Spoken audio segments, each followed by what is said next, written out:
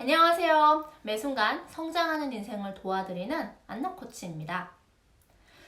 오늘은 나의 해방일지에서 본 내 안의 욕구에 대해서 좀 이야기를 하려고 해요. 나는 내 욕구에 대해서 다 인정하며 살고 있나요?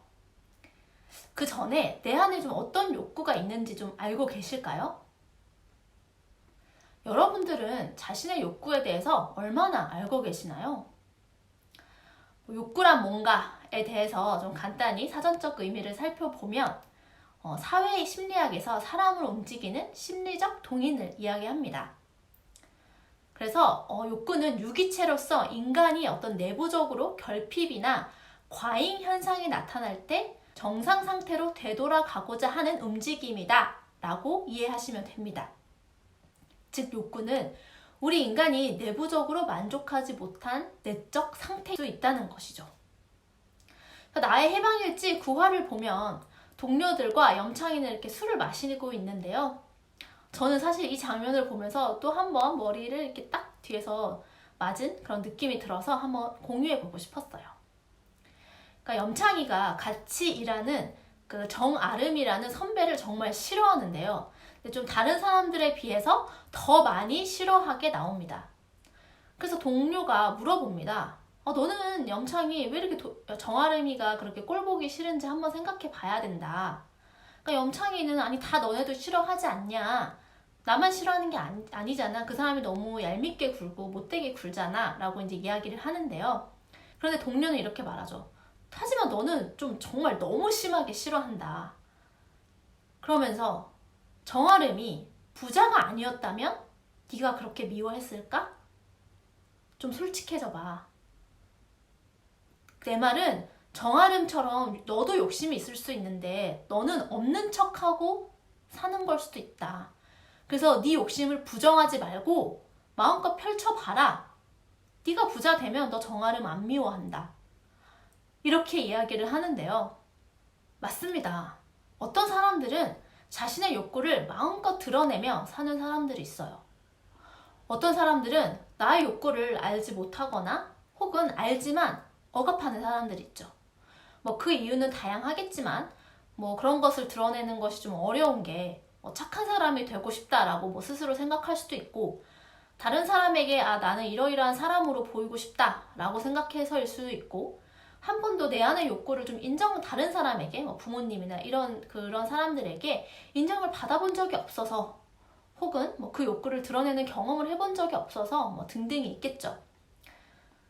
그러니까 이제 이게 얼마나 화가 날까요? 그러니까 나는 그러한 욕구가 있지만 있어도 억압하고 사는데 저 사람은 다 내 보이면서 그것을 충족하며 사니 얼마나 얄밉고 화가 날까요? 결국 내가 내 욕구를 좀 채워줘야 되는데 나는 그러한 행동을 하고 있지 않으니 어찌 보면 내 자신에게 화가 나는 걸 수도 있겠네요. 그러니까 저는 헤르만 헤세의 그 데미안이라는 소설을 보면 이런 구절이 있어요. 자네가 죽이고 싶어하는 인간은 결코 아무개 씨가 아닐세. 그 사람은 분명 하나의 위장에 불과할 뿐이네.